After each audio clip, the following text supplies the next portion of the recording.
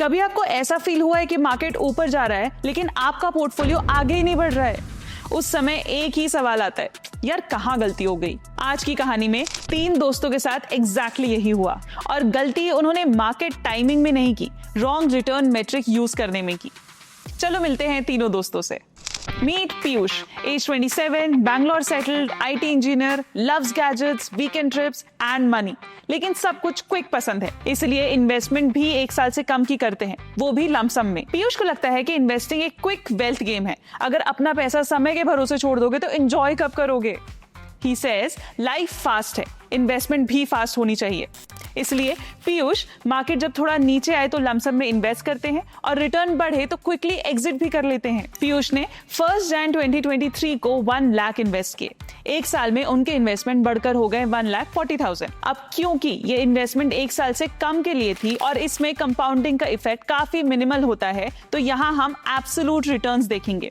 ये मैट्रिक से सिंपली किसी भी इन्वेस्टमेंट में कितना गेन या लॉस हुआ वो पता चलता है, और ये यूज ही तब करना चाहिए जब टाइम पीरियड 1 साल से कम हो, जैसे 6 मंथ्स, 8 मंथ्स, 9 मंथ्स एक्सेट्रा। तो पीयूष के केस में एब्सोल्यूट रिटर्न्स कितना हुआ?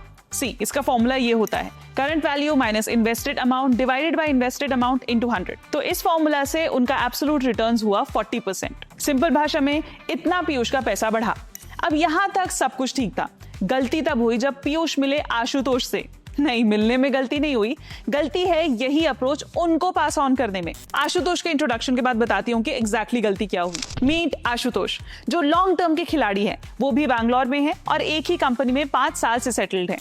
उनका मानना है तरक्की समय के साथ होती है, जल्दी का काम शैतान का काम होता है, और यही थॉट प्रोसेस उनके इन्वेस्टमेंट में भी झलकता है। आशुतोष एक काम और पेशेंट इन्वेस्टर है। उनका मानना है कि आज इन्वेस्ट करो और 5-7 साल होल्ड करो, कंपाउंडिंग को अपना काम करने दो। ये उनका लॉजिक है। उन्होंने भी 1 जनवरी 2023 को 1 लाख इन्वेस्ट किए थे, वो भी 5 साल तक। अब इस 5 साल के टाइम पीरियड में उनका पैसा 2,10,000 हुआ। उनको भी अपने फंड का परफॉर्मेंस देखना था, तो वो गए पीयूष के पास।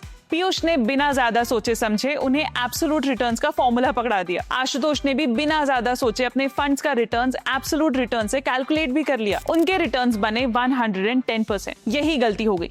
आशुतोष का इन्वेस्टमेंट गेम पीयूष से एकदम अलग है, तो उनका रिटर्न मैट्रिक भी अलग होना चाहिए था। आशुतोष का investment style completely long term और कंपाउंडिंग फोकस्ड है, जबकि पीयूष लमसम में इन्वेस्ट करते हैं और शॉर्ट टर्म एक्टिवली ट्रैक करते हैं, तो मैट्रिक भी अलग होना चाहिए था। ये जो आशुतोष की 110% है, वो तो 5 साल का रिटर्न है। What about the annual return? उसके लिए उन्हें देखना चाहिए CAGR, that is compounded annual growth rate. क्योंकि हर साल मार्केट सिचुएशन एक सी नहीं होती, तो हर साल आपको सेम रिटर्न्स नहीं आए होंगे। CAGR जो स्पेसिफिकली बताता है कि लॉन्ग पीरियड में हर साल एवरेज ग्रोथ कितनी हुई। अब इंटरेस्टिंग चीज देखो, अगर आशुतोष के इन्वेस्टमेंट में ये CAGR फॉर्मूले में डालूं तो मुझे मिलता है 16% एनुअल रिटर्न, वो भी 5 साल का। मतलब हर साल आशुतोष का इन्वेस्टमेंट 16% तक बढ़ा। ये कैसे कैलकुलेट हुआ? ये है इसका फॉर्मूला।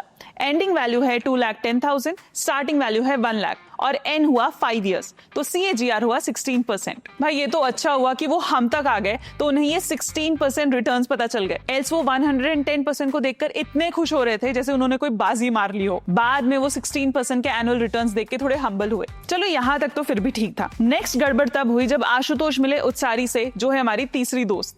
कैसी गड़बड़ ये बताती हूँ उत्सारी के इंट्रोडक्शन के बाद। मीट उत्सारी, अगेन बैंगलोर सेटल्ड और एक स्मार्ट सेवर, अपने ड्रीम्स को प्रॉपरली प्लान करके अचीव करने वाली। उनका मानना है छोटा सही पर रेगुलर एफर्ट बड़ी वैल्यू बनाता है, इसलिए वो एवरी मंथ SIP करती है, चाहे मार्केट अप हो या डाउन। वो 5 से 7 साल तक इन्वेस्टेड रहती है बिना फोमो और पैनिक के। रूटीन और डिसिप्लिन ही उसकी रियल सुपर पावर है। उत्सारी ने भी 1 जनवरी 2023 को इन्वेस्ट किए, लेकिन SIP के थ्रू। एक साथ 1 लाख डालने के बजाय हर महीने 10,000 की SIP की, वो भी 5 साल तक। उत्सारी का 5 साल तक टोटल इन्वेस्टेड पैसा हुआ 6 लाख रुपए, जो बढ़कर हुआ 12 लाख। जब उत्सारी को अपने फंड्स के रिटर्न्स देखने थे, तो वो गई आशुतोष के पास। आशुतोष जो अभी अभी हमसे CAGR का ज्ञान लेके गए थे, वो वही उसे पास ऑन करने जा ही रहे थे कि तभी हम वहां पहुंच गए।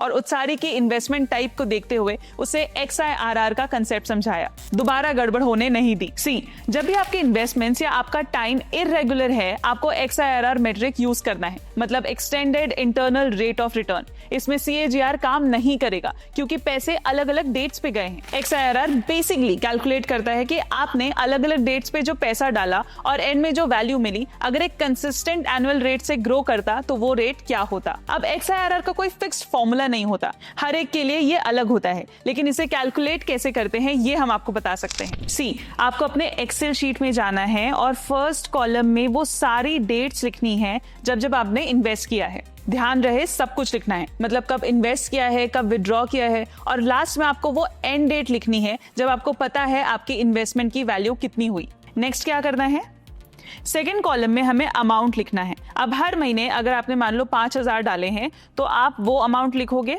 और जब पैसा डालोगे तब नेगेटिव साइन, क्योंकि पैसा आपके पास से गया है। फिर उस अमाउंट को हमें पॉजिटिव साइन में लिखना है जब विड्रॉ किया है, क्योंकि पैसा यहाँ पे आपके पास आया है।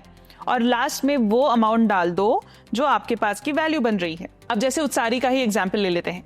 उत्सारी के केस में वो डालेगी 10,000 की SIP, विड्रॉल अमाउंट डालेगी और कॉर्पस डालेगी 12 लाख का। फिर वो नीचे ये फॉर्मूला डालेगी XIRR का, that is equal to XIRR bracket open, फिर शील select all the values, then dates, और इसको परसेंटेज में देखोगे तो उत्सारी को अपने इन्वेस्टमेंट का XIRR मिल जाएगा, दैट इज 16.86%। मतलब उत्सारी का पैसा मल्टीपल SIP डेट्स होने के बावजूद एक कंसिस्टेंट 16.86 के एनुअल ग्रोथ से बढ़ा। अगर नहीं करना है ये झंझट तो डिस्क्रिप्शन में हमने एक्सेल शीट दे रखी है, वहां आप अपना XIRR कैलकुलेट कर सकते हैं। So to sum up, absolute returns तब यूज करो जब आप 1 साल से कम के लिए लमसम इन्वेस्ट कर रहे हो। अगर वही लमसम आप 1 साल से ज्यादा इन्वेस्ट कर रहे हो देन गो विद CAGR, और अगर SIP कर रहे हो देन गो विद XIRR। दोस्तों, ये मेट्रिक जरूरी क्यों है? देखो, जब आप म्यूचुअल फंड चूज करते हो, आप देखते हो पिछले 3 साल का रिटर्न 50% है, लगता है वही बहुत अच्छा फंड है। लेकिन अगर वो 3 साल के लिए था तो CAGR शायद सिर्फ 14% हो, और अगर इन्फ्लेशन 6 to 7% है तो रियल रिटर्न सिर्फ 7 to 8% रह जाएंगे। यानी नंबर्स के पीछे का सच समझना बहुत जरूरी है, और यही रीजन है कि प्रोफेशनल इन्वेस्टर्स कभी रिटर्न वर्ड अकेले यूज नहीं करते। वो कहते हैं माई पोर्टफोलियो CAGR इज 12% या माई SIP XIRR is 11%, because that shows the true time adjusted growth. तो अगली बार जब आप किसी म्यूचुअल फंड के परफॉर्मेंस चार्ट को देखो और लिखा हो रिटर्न इज इक्वल टू 18%, सीधा पूछना कौन सा रिटर्न, एब्सोल्यूट, CAGR या XIRR, क्योंकि सही नंबर समझना मतलब अपना इन्वेस्टमेंट डिसीजन सही लेना। और जब आप अपने रिटर्न्स मेजर करते हो करेक्टली, आप सिर्फ अपना पैसा ग्रो नहीं कर रहे, आप अपनी फाइनेंशियल इंटेलिजेंस ग्रो कर रहे हो। तो ये था हमारा video on these 3 matrix, that is XIRR, CAGR and absolute returns. इसके पिछले वाले वीडियो में हमने प्रैक्टिकली रोलिंग रिटर्न्स भी कंपेयर करना सिखाया था, तो अगर वो वाला वीडियो नहीं देखा है तो इसके बाद जरूर देख लेना, आपका पैकेज 100% कंप्लीट हो जाएगा। ऑल्सो कमेंट करके बताओ कि आप कौन से टॉपिक पे वीडियो चाहते हैं। हमारी टॉपिक लिस्ट अभी भी तैयार हो रही है, तो आपके भी टॉपिक्स उसमें ऐड कर देंगे। गोज विदाउट सेइंग, अगर ये वीडियो पसंद आया हो तो जल्दी से like, share and subscribe to our channel. मिलते हैं अगले वीडियो में। Mutual fund investments are subject to market risks. Read all scheme-related documents carefully.